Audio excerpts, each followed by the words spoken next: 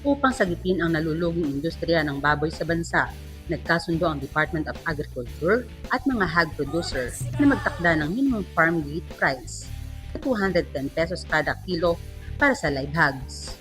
Ayon sa mga grupo gaya ng SINAG, NFHFI at ProPork, bumagsak na ang farm gate prices sa 150 pesos hanggang 180 pesos kada kilo.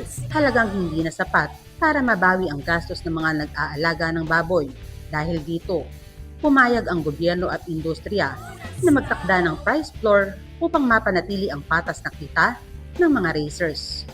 Rekomenda rin ng sektor ang pagbabalik ng pork import tariff sa 40% mula sa kasalukuyang 25% na itinakda sa ilalim ng Executive Order No. 62.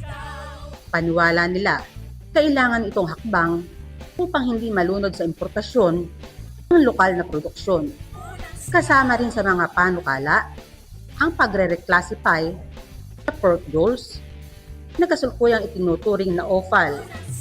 Kapag naitaas ang tariff nito, mas magiging patas ang kompetisyon laban sa imported na ginagamit sa samgyupsal at meat processing.